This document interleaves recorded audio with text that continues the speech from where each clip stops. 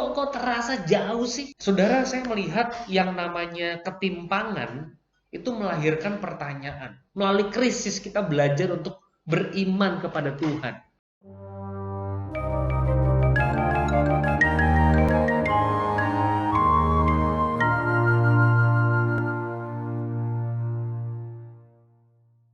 Shalom, saudara-saudara. Pada saat ini saya ingin berbagi dari Mazmur 10. Mazmur 10 saya ingin bacakan buat kita semua.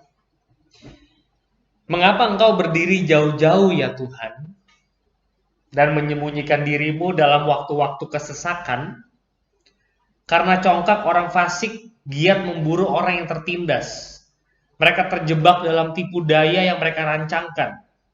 Karena orang fasik memuji-muji keinginan hatinya, dan orang yang loba mengutuki dan menista Tuhan. Kata orang fasik itu dengan batang hidungnya ke atas, Allah tidak akan menuntut, tidak ada Allah. Itulah seluruh pikirannya. Tindakan-tindakannya selalu berhasil. Hukum-hukummu tinggi sekali, jauh dari dia. Ia menganggap remeh semua lawannya. Ia berkata dalam hatinya, aku takkan goyah, aku tidak akan ditimpa malapetaka turun-temurun. Mulutnya penuh dengan sumpah, serapah, dan dengan tipu dan penindasan. Di lidahnya ada kelaliman dan kejahatan. Ia duduk menghadang di gubuk-gubuk, di tempat yang tersembunyi, ia membunuh orang yang tak bersalah. Matanya mengintip orang yang lemah. Ia mengendap di tempat yang tersembunyi, seperti singa di dalam semak-semak. Ia mengendap untuk menangkap orang yang tertindas.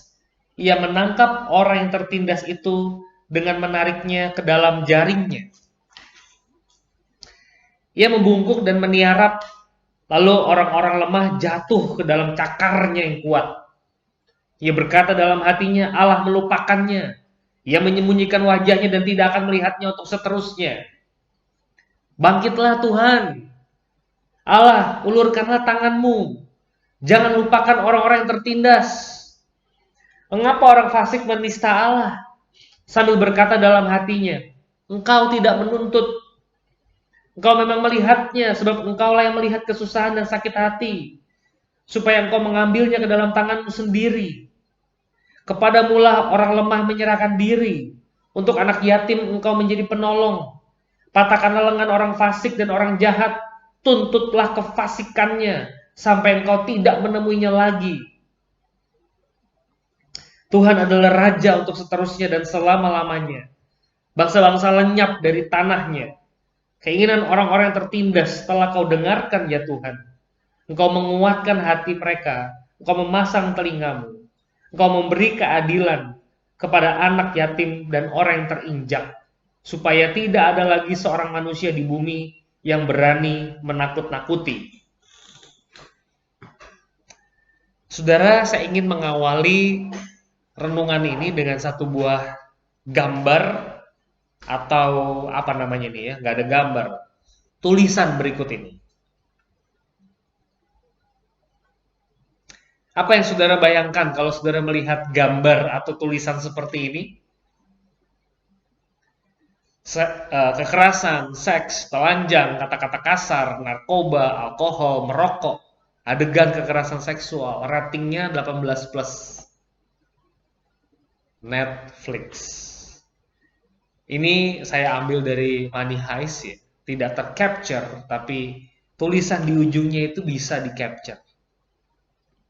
Saudara, waktu kita menonton Money Heist, Netflix itu memberikan peringatan bahwa film ini dibumbui. Ada bumbu-bumbu, ada aroma gitu ya. Ada ya adegan-adegan kekerasannya lah. Ada adegan-adegan seksnya, ada telanjangnya, ada narkobanya, ada kata kasarnya, dan seterusnya.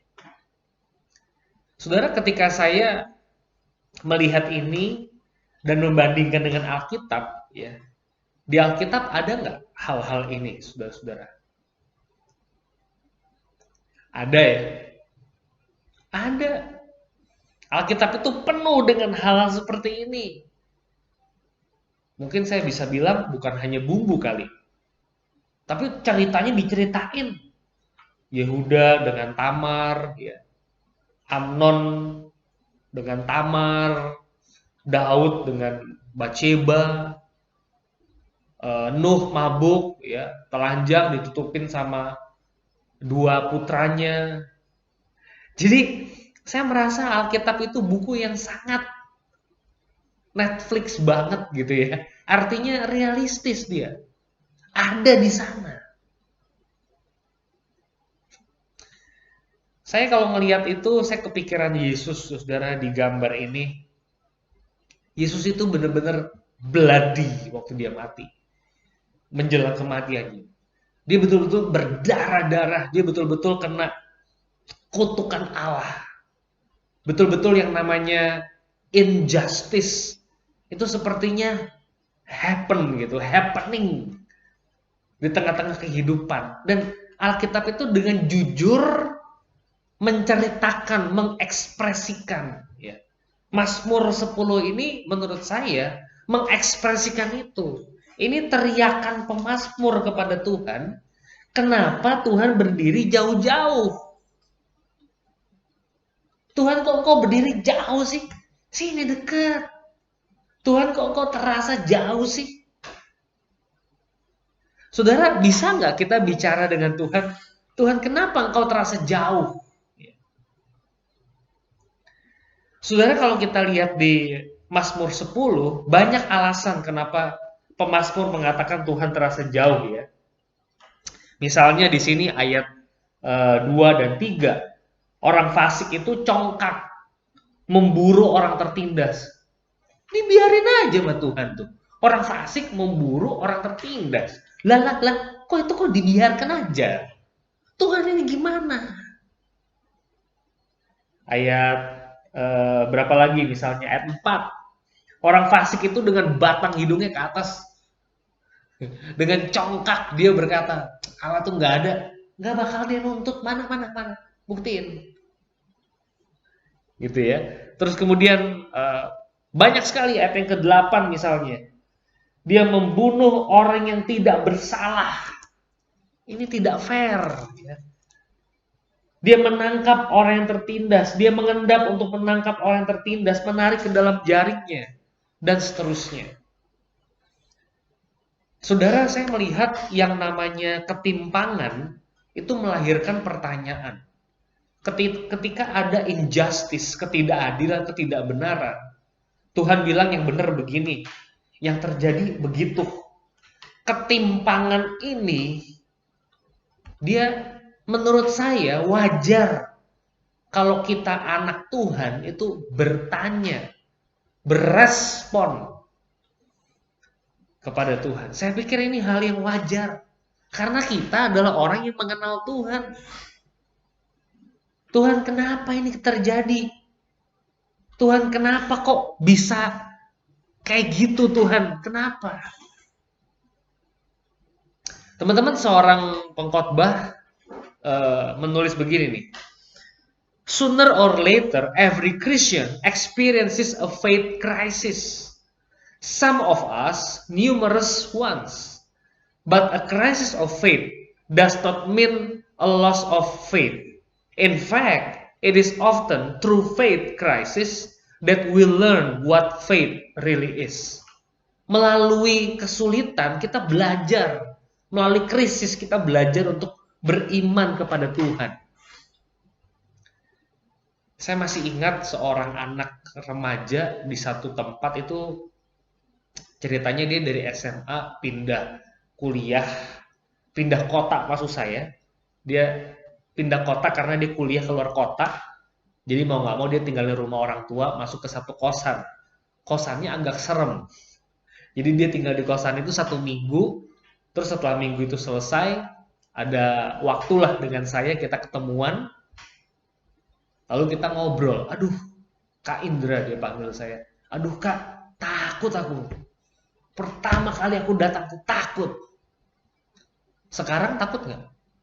Sekarang udah lewat seminggu, aku udah nggak takut. Karena ternyata nggak ada apa-apa kok. Aku doa tiap malam nggak ada apa-apa. Aku berani. Jadi saya merasa dari cerita itu saya tidak berkontribusi apapun kepada keberaniannya, tidak. Dia jadi pemberani karena dia punya experience melewati crisis of faith itu. Dia bukan lost faith loh. Dia mengalami krisis, dia nanya, Tuhan ada nggak? Gimana nih? Aduh Tuhan gimana nih? Aduh Tuhan gimana? Kayak gitu terus.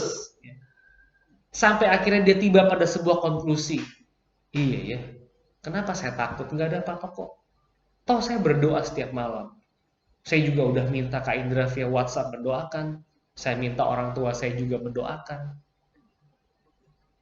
Saudara, saya melihat Mazmur 10 ini, melihat pemazmur, melihat realitas hidup yang buruk itu, melihat krisis itu, saya pikir ini bukan sebuah lost faith, kehilangan iman, bukan. Tapi dia mengalami krisis yang akhirnya membuat dia justru makin kuat. Ya. Saya ingat juga beberapa minggu yang lalu, seorang pendeta di gereja saya berkhotbah dari Daniel 3, 16 sampai 18 ya. Nah ini malah sedikit terbalik ya. Imannya itu kuat sebelum menderita. Ini tiga orang ini, Sadrah, Mesak, Abednego berkata di Daniel 3, 16, 18. Lalu Sadrah, Mesak, Abednego menjawab Raja Nebukadnezar, tidak ada gunanya kami memberi jawab kepada tuanku dalam hal ini. Jika Allah kami yang kami puja sanggup melepaskan kami, Ia akan melepaskan kami dari perapian yang menyala-nyala. Atau, dan dari dalam tanganmu ya Raja. Tapi seandainya tidak, hendaklah tuanku tahu, kami tidak akan memuja dewa Tuhanku, tidak akan menyembah patung emas yang Tuhanku dirikan itu. Nggak akan. Pendeta itu berkata, jika Allah yang kami puja sanggup melepaskan kami, Dia akan melepaskan kami dari COVID-19. Bisa nggak Tuhan lepasin kita? Bisa. Tapi kalaupun tidak dilepaskan, saya akan tetap memuji, menyembah Tuhan. Meskipun situasi kita pandemi dan krisis, apakah saudara punya iman seperti ini? Ya.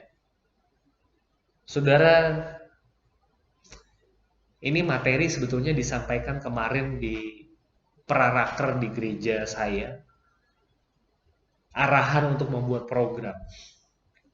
Saya nggak tahu apakah video ini bisa digunakan untuk teman-teman yang lagi bikin program di tahun yang baru. Saudara, kalau menurut saya, apa ya program yang baik untuk gereja di periode yang baru di tengah pandemi ini? Saudara, kalau saya berkaca ke Mazmur 10, Mazmur 10 ini isinya jeritan kepada Tuhan melihat ketimpangan.